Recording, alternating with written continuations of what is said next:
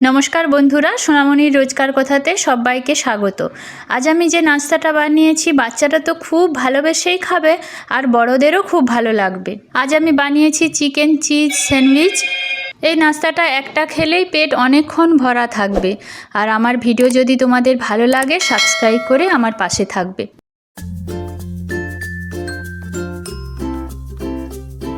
নাস্তাটা বানানোর জন্য দেখো একটা বাটিয়ে দেখো দুটো ডিম নিয়েছি আর দুটো ডিম ফাটিয়ে নেব। আর ডিমের মধ্যে দেখো দেওয়ার জন্য কিছু জিনিস কেটে নিয়েছি, পেঁয়াজ আর ওই পেঁয়াজের যে পাতাটা না ওটাও দিব, ওই জন্য ওটাও একটু কেটে নিয়েছি। আর একটু দেব ধনে পাতা, এখানে কেউ কাঁচা লঙ্কাও দিতে পারো, কিন্তু আমার বাচ্চার জন্য বানাচ্ছি বলে আমি কাঁচা লঙ্কাটা দিলাম না। বড়দের জন্য বানালে কাঁচা লঙ্কাটা দিতে পারো। আর এতে নুন আর গোলমরিচের গুঁড়া দেব, গোলমরিচটা অল্পই দিয়েছি।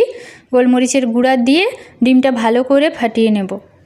এর মধ্যে আরও অনেক কিছু সবজি দেওয়া যায়, যেমন ক্যাপসিকাম, গ্রেট করা গাজর, এগুলো দিলেও ভালো হয়, কিন্তু আজকে আমার কাছে নেই সেই জন্য দিলাম না। যাই হোক, দেখো ডিমটা ভালো করে ফাটিয়ে নিয়েছি আর এপাশে একটা তাওয়া বসিয়ে দিয়েছি। তাওয়াটা গরম করে এতে আমি তেল দিয়েই বানাবো, কেউ বাটার দিয়েও বানাতে পারো। তেলটা গরম হলে তারপরে দেখো ডিমের গোলাটা ওর মধ্যে দিয়ে দেবো, দিয়ে পুরো তাওয়াটায় বিছিয়ে দেবো। আর এই কাজটা করার সময় গ্যাসের আঁচটা কমই রাখবে, না হলে ডিমটা নিচ থেকে পুড়ে যাবে। আর দেখো ডিমটা বিছিয়ে দিয়ে একটু ডিমটা হতে দেব, হওয়ার পরে দেখো উপর থেকে দুটো ব্রেডের স্লাইস দিলাম আর দিয়ে একটু রাখবো। ডিমটা যখন চারপাশ থেকে দেখো খুব সুন্দর হয়ে যাবে, একটা খুন্তি দিয়ে, এটা হবে না, দুটো খুন্তি দিয়ে ভালো করে ধরে উল্টে দেব। উল্টে দিয়েছি আর ব্রেডটাও ভালো করে সেঁকাও হয়ে যাবে আর ডিমটাও ভালো করে ভাজা হয়ে যাবে। আর একটা পাশ লৌটে দিয়ে একটু সময় অপেক্ষা করব। তারপরে দেখো ব্রেডটা সুন্দরভাবে ভাজা হয়ে গেলে দেখো ডিমের যে বাকি অংশটা সাইডে আছে ওইটাকে একটু মুড়ে দেব, মুড়ে ওই ব্রেডের উপরেই চাপিয়ে দেব, দিয়ে আবার ব্রেডটাকে লৌটে দেবো। লৌটে দিয়ে ব্রেডের উপর একটু দিয়ে দেব সস, দুপাশেই একটু করে সস দিয়ে দেব। আর সস দিয়ে ভালো করে চামচ দিয়ে ব্রেডের গায়ে লাগিয়ে দেব। লাগিয়ে তারপরে আমি না কয়েক টুকরো চিকেন নুন দিয়ে সিদ্ধ করে রেখেছিলাম, সেইগুলো ছোট ছোট করে কুচিয়ে নিয়েছি। আর ওই কুচোনো চিকেন ব্রেডের এক সাইডে দিয়ে দেব। আর দেওয়ার পরে তারপরে উপর থেকে দেব চিজ।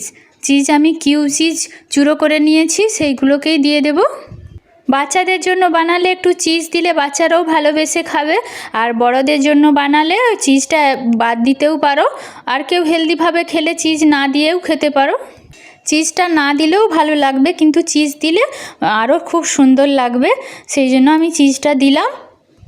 তারপর ব্রেডের আরেকটা সাইড ওই চিজের ওপরেই চাপিয়ে দেব, দিয়ে ব্রেডটাকে দেখো এপিড ওপিড সুন্দরভাবে ভেজে নেব। নিলেই দেখো ভেতরে যে চিজটা আছে সেটাও মেল্ট হয়ে যাবে। তারপরে নামিয়ে নেব।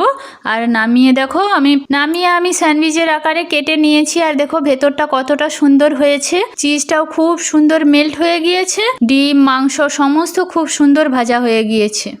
এই স্যান্ডউইচটা বানাতে না খুব একটা বেশি সময় লাগে না, শুধু যদি কয়েক টুকরো মাংস আগে থেকে সিদ্ধ করে রাখা হয় তাহলে তো খুব তাড়াতাড়ি এই স্যান্ডউইচটা বানানো হয়ে যায়। তোমরাও একবার এইভাবে বাড়িতে বানিয়ে খাবে, দেখবে তোমাদেরও ভালো লাগবে।